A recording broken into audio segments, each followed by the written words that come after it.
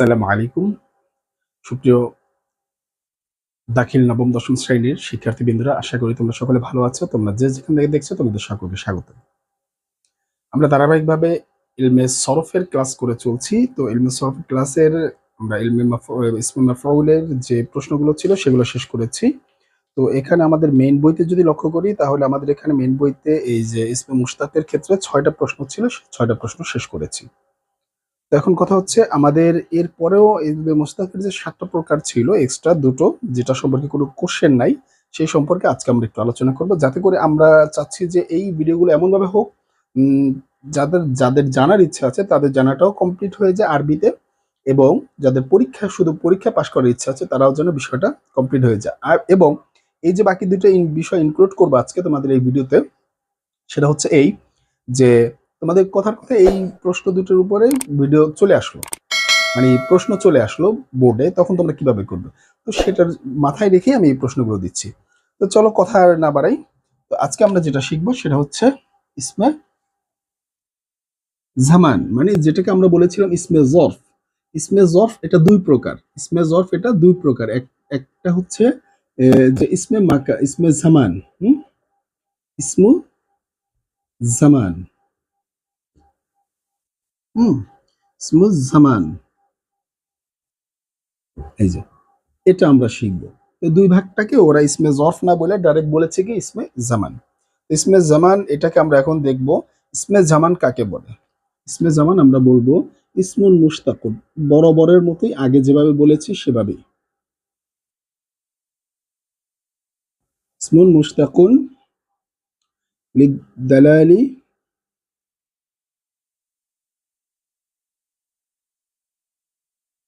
লিদালালাতি। ইসমে মুশতাক, নির্গত এসএম। মুশতাক তো মানে জানো নির্গত এসএম, ইসমে মুশতাক নির্গত এসএম। এসএম তো মানে নাম, নির্গত নাম। লিদালালাতি যা বুঝায়, বুঝায় লিদালালাতি যা বুঝায় আলা জামান।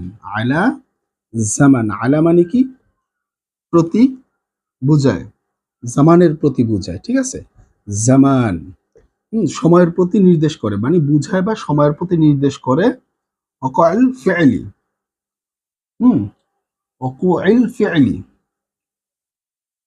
দেখো এখানে তোমার বইতে দেওয়া আছে উল ফি'লি। তোমরা এগুলোই হচ্ছে আরবিতে বিষয়টা ভালো করে বুঝতে পারা। আচ্ছা, ফি'লি এ হচ্ছে বিষয়।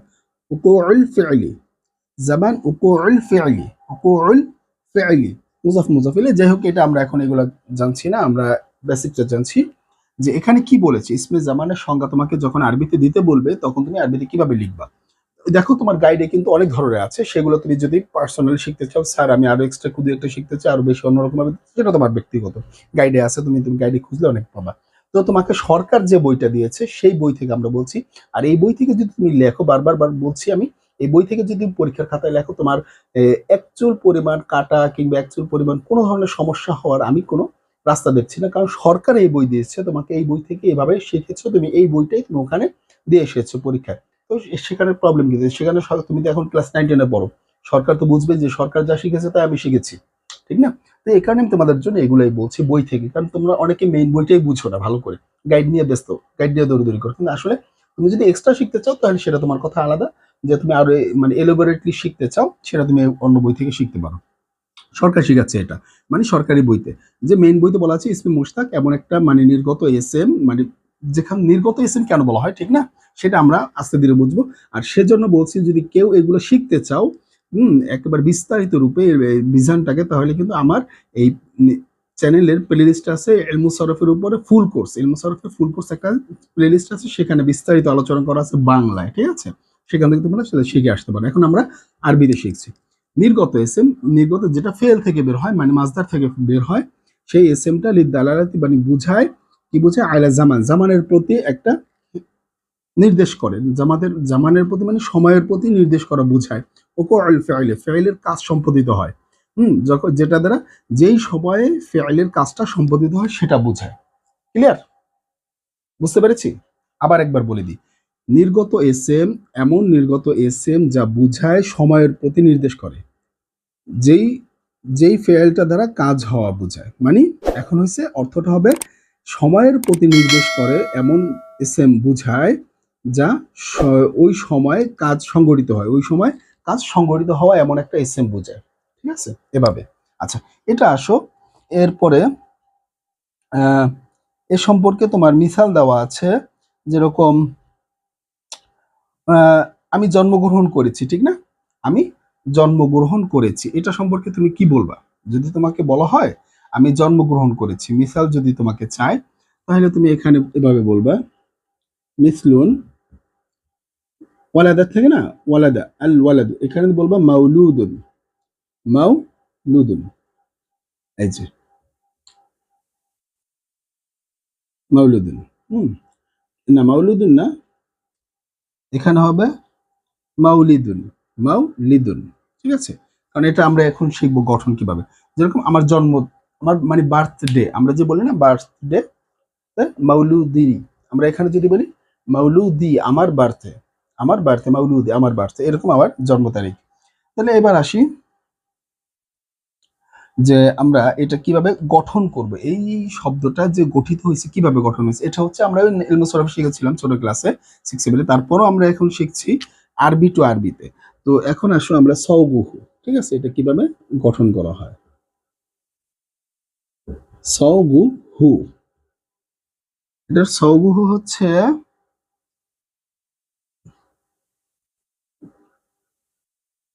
আমার বইতে দেখো সওগুহা লেখা আছে, ঠিক আছে। সওগুহা তার গঠন হচ্ছে ইয়াশতাকাকু,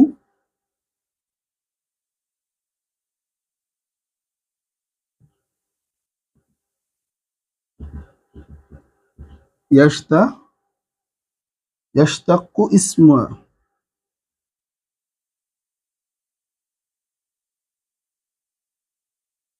ইসমা জামান ওয়াল মাকান। ঠিক আছে, আলেন নাহউই তালি, নিচে উদাহরণ দেওয়া হয়েছে।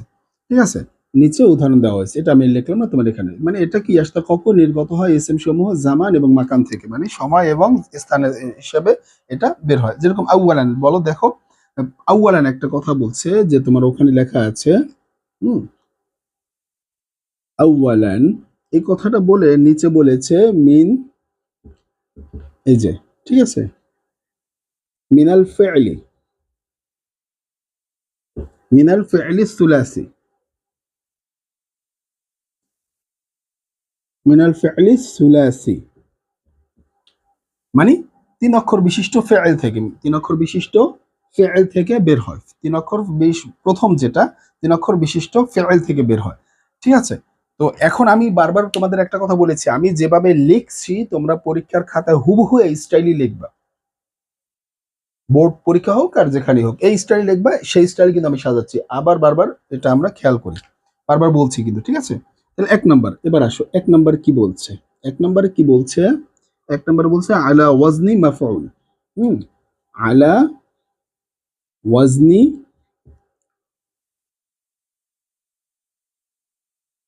মাফউলুন, নাকি মাফআলুন, আচ্ছা, মাফআলুন, এই যে মাফআলুনের ওজনে, আলা ওয়াজনি মাফআলুন, এই মাফআলুনের ওজনে, তখন কি হবে, বিফাতহি, বিফাতহিল মিম,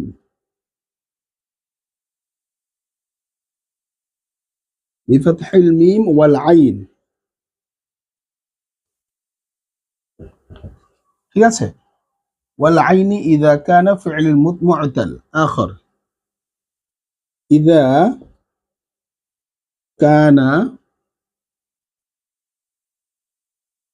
ফি'ল আখর, হুম, না মু'তাল, ইযা ফি'ল মু'তাল আখর,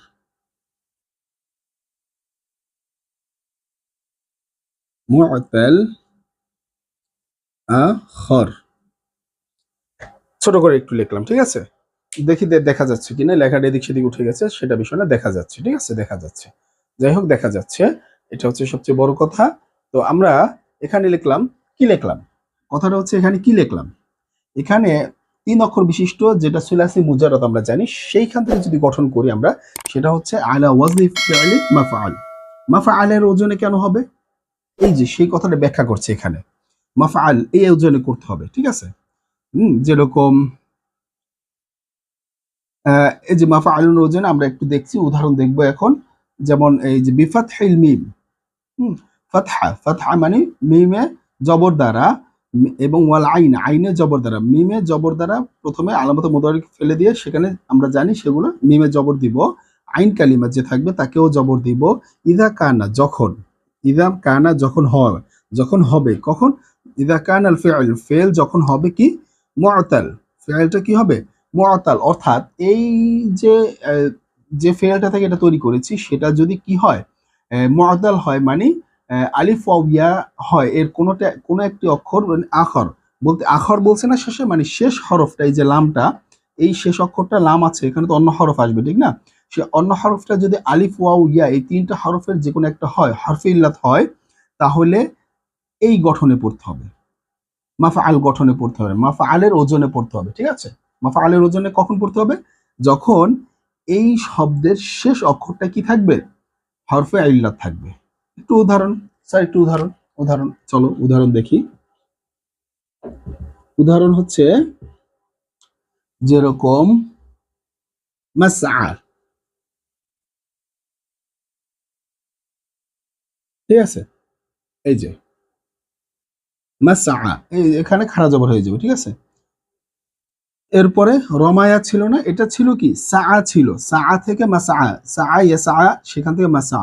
এরপরে রমা থেকে মারমা, মারমা, হুম মারমা, এই যে দেখো এরকম করে হয়ে যাবে। দেখো শেষে কি আছে, হরফে ইল্লাত ইয়া আছে, হরফে ইল্লাত ইয়া আছে, ঠিক না?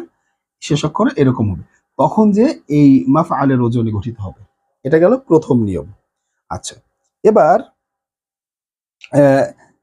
এই প্রথমের যে তিন অক্ষর বিশিষ্ট যেটা ছিল, সেই তিন অক্ষর বিশিষ্ট যদি শেষ অক্ষর কি হয়, হরফিল্লাত হয়, তাহলে এই মাফআলের ওজন হবে। এখন আবার এই তিন অক্ষর বিশিষ্ট নিয়ম, সেটা যদি কি হয়, এই তোমার সহি হয়, প্রত্যেকটা হরফ একেবারে সহি হয়, এই আগের ভিডিওতে আলোচনা করেছি, আগের অধ্যায়ে, যেটা সহি হয়, তাহলে কিভাবে করবা? সহি হলে তোমাকে যেটা করতে হবে, আমি কিন্তু এটা মুছে দেবো, এখন তোমরা বুঝতে পেরেছো, এতটুকু আমরা বুঝেছি। তো এটা সহি হলে, এটা সহি হলে যেটা করতে হবে সেটা কি, যে আমাদের এই ওজনটা চেঞ্জ করে ফেলতে হবে, ঠিক আছে? আমি এটাকে 2 বানিয়ে ফেলি, ঠিক আছে? তাহলে এটাকে 2 বানিয়ে ফেলি, মুছামুছির দরকার নেই, 1 ছিল 2 হয়ে গেল, তখন এটা হয়ে যাবে, এই যে এই ওজনে হয়ে যাবে। হুম আর এই মিসালগুলো এখন একটু মুছে ফেলি, তোমরা একটু খেয়াল করলেই বুঝবে, কারণ তোমরা বড় ক্লাসের ছাত্র। তখন বিফাতহিল মিম ওয়াল আইন, হুম তখন কি হবে, ফাতহ হবে? হুম না, তখন হবে ওয়া কাসরা। হুম কি হবে, ওয়া কাসরাল আইন ইযা কানা ফি'ল সহি, ওয়া কাসরা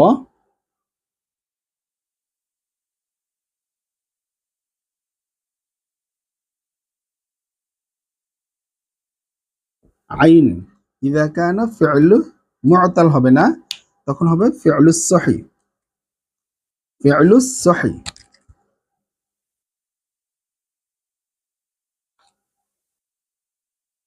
এই যে ঠিক আছে, কি হবে, ফি'লুস সহি আখর, কি হবে, ফি'লুস সহি আখর, আল আখর, এই যে মানে যার শেষ অক্ষর কি হবে, সহি হবে। তাহলে এখন মিসালে কি, মিসালে তো ওই আগের মতোই, কি বলছে এখানে, ওই আগেরটাই, আলা ওয়াজনি মাফআইল, মাফআইলের ওজনে হবে, মসজিদ যেরকম বলো, ঠিক না? তাহলে এটার ওজনে কি বলতে পারি, মসজিদ। তোমরা এটা সবচেয়ে, মসজিদ শব্দটা কি তাহলে মসজিদুন। দেখো এখানে কিন্তু হরফে ইল্লাতের কেউ নাই, হরফে ইল্লাতের কেউ নাই। দেখো সিন জিম ইয়া, তিনটা হরফ কোত্থেকে আসছে, তিনটা হরফ সহি হরফ থেকে আসছে, ঠিক না? তিনটা তিন রকম, আমরা জানি সহি সালিম, এটা আগের অধ্যায়ে পড়েছি। তাহলে এরকম ভাবে যারা হবে তারাই হচ্ছে এ, তোমার এ, কি বলা হয়, ইসমি মুশতাকের যে জামান, সেই জামানের এবং মাকানের, তো এটা গেল জামানের ব্যাপার, ঠিক আছে? এবং মাকানের ব্যাপার। এটা কি জামান ও মাকানের ব্যাপার। হুম, এটাকে তুমি মসজিদ জায়গা বুঝাইতে পারো, অথবা তুমি কি বুঝাইতে পারো যে সময় বুঝাইতে পারো, সেজদার সময় অথবা সেজদার জায়গা, দুইটা অর্থ এটা বহন করে। আচ্ছা যাই হোক, এত বিস্তারিত আলোচনা আমরা এখানে শিখবো না, সেগুলো আমার ক্লাস আছে, আমি বলেছি। তো এবার আসো, আমরা এবার শিখবো কি, এখানে সুলাসি বলেছি না, এবার মাজিদ ফিহি, মানে যেটা তিন অক্ষর থাকবে, মূল তিন অক্ষরই থাকবে কিন্তু অতিরিক্ত অক্ষর থেকে। হুম, তো এখন সেটা থেকে শিখবো, চলো। সেটা থেকে শিখতে হলে আমাকে যেটা করতে হবে সেটা হচ্ছে এই, একটু মুছে দিতে হবে এটা, তো মুছে দেই। তোমাদের ভিডিওগুলো লং হয়, তোমাদের অনেকের কাছে খারাপ লাগে, স্যার একটু ভিডিও শর্ট করতে পারেন। হ্যাঁ, পারা যায়, এডিটিং করে আমরা পারি চাইলে, কিন্তু লেখার সময়টা এটাকে আপনি কেটে দিবেন, কারণ এই যে মাঝখানে কিছু বিষয় তোমাদের হাতে কলমে দেখানো শেখানো, তোমরা আমার সাথে প্র্যাকটিস করা, সেটা কিন্তু অনেক বড় একটা ব্যাপার, ঠিক আছে? এই কারণে আমি চাচ্ছি যে তোমরা ব্যাপারটা দেখো। আচ্ছা এবার আসো, আল ফিউলুল মাজিদ। হুম, মাজিদ। আচ্ছা, মাজিদ মানে কি? সুলাসি মাজিদ মানে মূল তিন অক্ষরের সাথে অতিরিক্ত অক্ষর হওয়া, সেটাকে বলা হচ্ছে সুলাসি মাজিদ। সেখান থেকে যদি তুমি গঠন করতে চাও, তাহলে কি গঠন, কিভাবে গঠন করবা? সেখানে গঠন করা যায় ইয়াশতাক্কানি আলা ওয়াজনিল ফি'লিল মুদারি মা ইবদালিল হারফিল মুদারি মিম্মান মাদমুআতুন ওয়া ফাতহি মা ক্বাবলা আল আখির কাইসমিল মাফউল ওয়াল মাসদারিল মাবনি মিমি। হুম, আচ্ছা, এখন এখানে যে বিষয়টা হলো সেটা হচ্ছে ইয়াশতাক্কানি, সেটাকে দুই ভাবে গঠন করা যায়। হুম, আমরা একটু দেখি,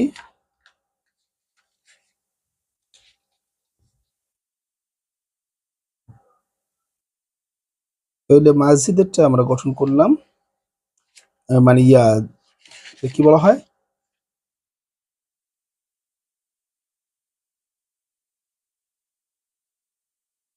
হ্যাঁ, চলো।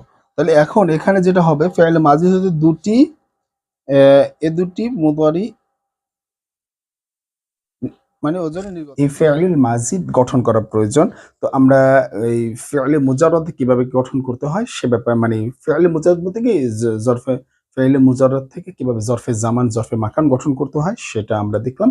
তো এখন আমরা যেটা দেখব সেটা হচ্ছে ফেলিল মাজিদ, যেটা মানে মূল তিন অক্ষরের সাথে অতিরিক্ত অক্ষর বা মূল চার অক্ষরের সাথে অতিরিক্ত অক্ষর, সেই সকল শব্দগুলোকে কিভাবে গঠন করতে হবে জরফে জামানের অধীনে বা জরফে মাকানের অধীনে, সেটা আমরা এখন দেখব। তো আজকে আমরা এখানে এতটুকুই দেখব, এরপরে আমরা ইসমা আলাটাকে আরেকটা ভিডিওতে আপলোড করবো ইনশাল্লাহ, সেখানে এই ক্লাসটা দিব, তারপরে আমরা তো আদার্স চ্যাপ্টারে যাবই। তো চলো আমরা এই ব্যাপারটা একটু দেখি, এটা করার জন্য কি করা লাগে। তো এখানে তো বলছে যে মিনাল ফিল মাজিদ, তো এই মাজিদ থেকে মানে অতিরিক্ত অক্ষর থেকে মানে এই ইসমটা কিভাবে গঠন করতে হবে, তোমার বইতে তুমি দেখো সানিয়ান লেখা আছে। তো এখানে এখানে বলা আছে ইয়াশাক্কান, ইয়াশ তাক্কানি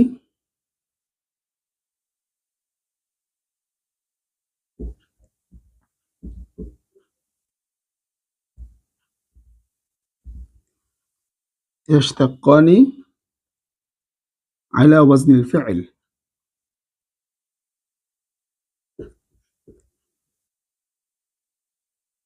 على وزن الفعل، ঠিক আছে? কি ফেলের ওজনে মা ইবদালি,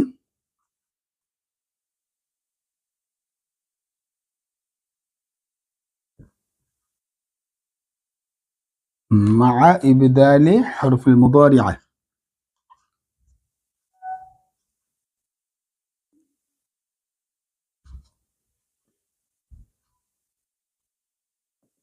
আচ্ছা, حرف المضارعة ميما,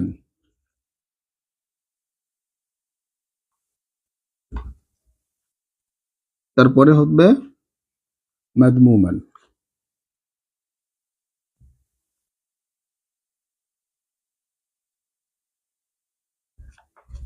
মাদমুমাতান وفتح ما قبله,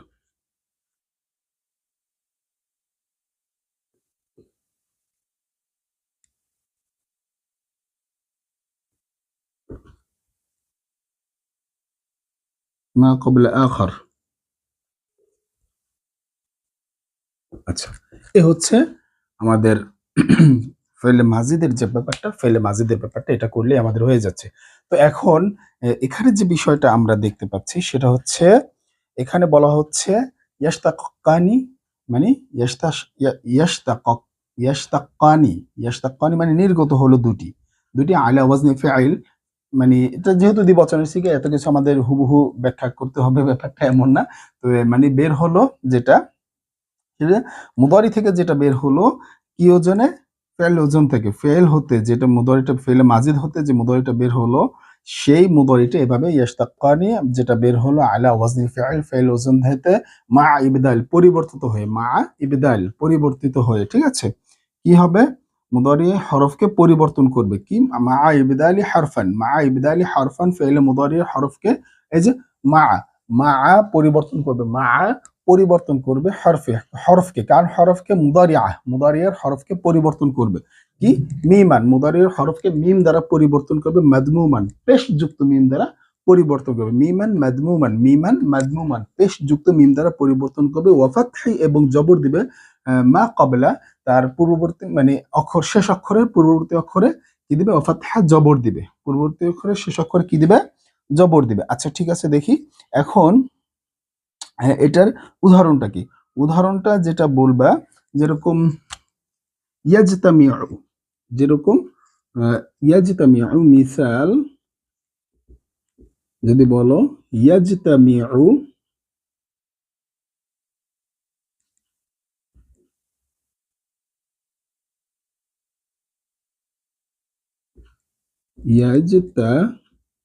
ইয়াজতামিউ এখান থেকে দেখো এই যে কি বলেছে ইয়াস্তাক্কানি এদিকে বাদ দাও ইয়াস্তাক্কানি এটা তুমি লিখে যাও মিনাল ফি'ল এমন ধরনের ফেল থেকে বের মা ইবদাল এই হচ্ছে মূল কথাটা এখানে মা ইবদালি হারফে মা ইবদালি হারফিল মুদারিআ এই হচ্ছে মা ইবদালি হারফিল মুদারিআ মুদারিআর হরফকে কি করতে হবে এই ইয়াকে মিম বানাতে হবে তাহলে কিভাবে বানাবো তাহলে এখানে যেভাবে কথাটা আছে আমরা সেভাবেই কাজটা করি তাহলে এই যে মিম বানালাম কি মিম পেশ যুক্ত মিম বানালাম ঠিক আছে হুম ইয়াজ তাম মি উ এটা ছিল ঠিক না তো এইটা যদি থেকে থাকে হুম তাহলে কি করতে বললো এখানে যে তার পূর্ব অক্ষরে কি করতে হবে জবর দিতে হবে ইয়াজ তাহলে এই যে মুজ যেভাবে আছে মুজ তা তাই জবর দিলাম মা এই যে এখানে মিমে জের আছে আমাকে এখানে কি দিতে বলেছে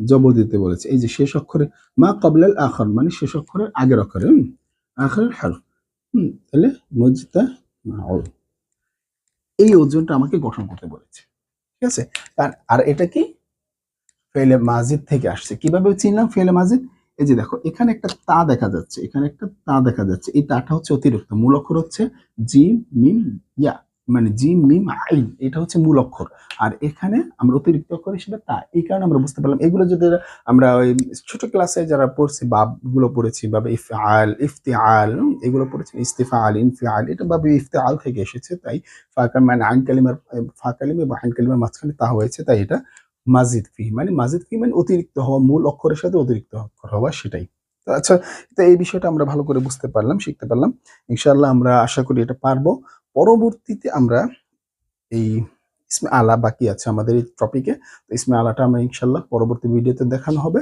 তো এই পর্যন্তই তোমরা ভালো করে প্র্যাকটিস করো এবং কমেন্ট করো এবং ভিডিওগুলো তোমাদের কাছে একটা আমার আবদার থাকবে শেয়ার করো প্রচুর শেয়ার করো তোমাদের বন্ধু বান্ধবের কাছে যারা দাখিল পরীক্ষার্থী এবং তোমাদের জন্য কোর্স আকারে আমরা এটা তৈরি করে দিচ্ছি যাতে করে তোমরা মেইন বইটাকে সুন্দর করে আত্মস্থ করতে পারো তো আজ এ পর্যন্ত পরবর্তী ভিডিও দেখো আসসালামু আলাইকুম